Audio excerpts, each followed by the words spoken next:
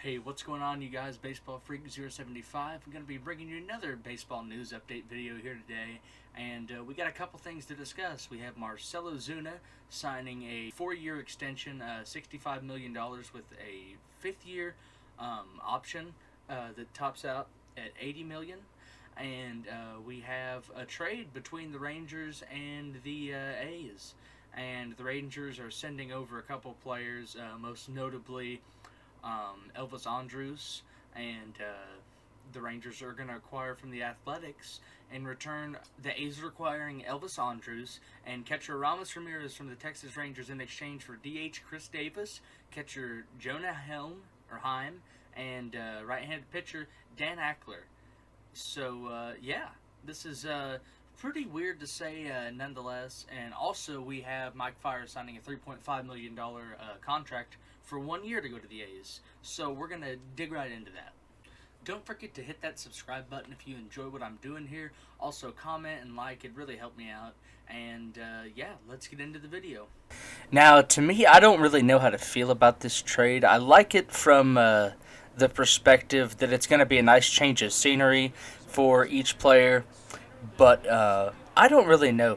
Khris Davis is going to slot in really well in that Rangers lineup along with Joey Gallo and Odor. There's going to be a lot of home runs hit, but my issue is that there's no real average hitter. Your contact and average hitter was Elvis Andrus for the most part throughout the last decade, really.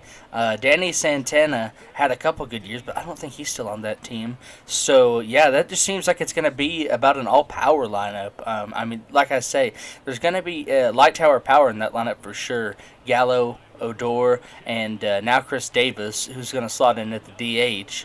But honestly, I'm just not too sure if they're going to go after a contact hitter or what the deal is. But Khris Davis, like I say, he will fit in really well in that lineup. Don't know exactly where he's going to bat. I would assume 4, maybe move Joey Gallo to the 3, or vice versa. It's just up for grabs at this point. I would assume Odor is probably the number 2 hitter. But yeah, a lot of power in that lineup. The Rangers are going to have to compete with the Angels and the Astros and the up-and-coming Mariners. So it's and also the Athletics.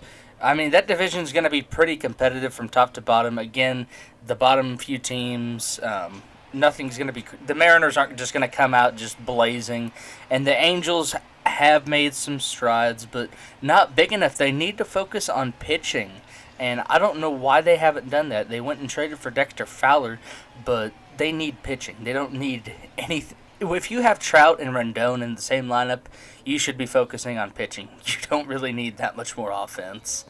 But yeah, I guess it's a nice change of scenery. We'll have to wait and see how it goes. But yeah, I mean, it's something different, and we'll just have to see how it plays out. So with the Athletics' non-willingness to pay Marcus Semien, it's led them down to this path.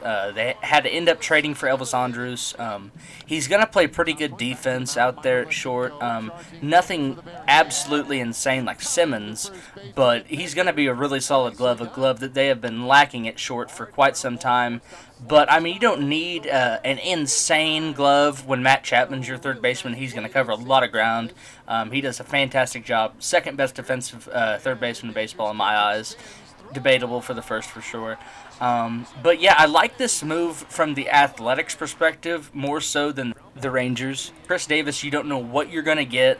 He could either hit 30 home runs or he could end up getting injured and hit 5. It's kind of a crapshoot. But with Andrus, you're going to get a hitter who's going to bat around the 270 to 280, maybe even higher, who's going to play not necessarily Gold Glove defense, but stellar defense out there at short. And he's just going to be a clutch performer. He has one of those clutch genes in his body. I mean, as you can see right here, anytime people are on base, he's extremely good hitting with people on base. And I think he's going to slot in very well to that Oakland Athletics lineup. Again, not as good as Semien, but I think he will do a good enough job to where, he can fill the void, at least relatively decently. But, like I said with Khris Davis, only time will tell, so we're going to have to see how it plays out. So now we're on to Marcell Ozuna, who just signed a 4-year contract for $65 million that can top out at $80 million for 5 years, because they have given him an extra year, a player option, to max it out at $80 million.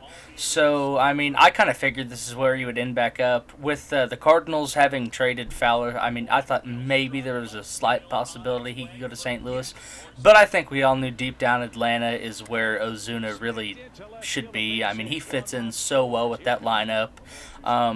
Now, of course, since there's no DH in the National League for this season anyways, he is kind of a liability in the outfield, but he also has spurts where he's like good defensively. I don't really understand Ozuna a whole lot defensively. He's either one of the hottest or coldest players in the game. I can tell you that from experience from him being on my team. That dude will hit, in a 1 week span, he'll either hit 10 home runs or he is going to strike out every at bat. But one thing for sure is he's going to give you his all every time he's out there. He's going to swing for the fences every time, but that translates to a lot of hard hit balls, why he has one of the hardest hit percentages in the game and why he hits so many home runs. He's a true gamer. He just goes and balls out every time he's on the field. He fits in really well with Freddie Freeman. They're going to have Pache, Albies, Swanson, Austin Riley. I mean, the list goes on and on. That lineup's going to be really good with Ozuna in it again.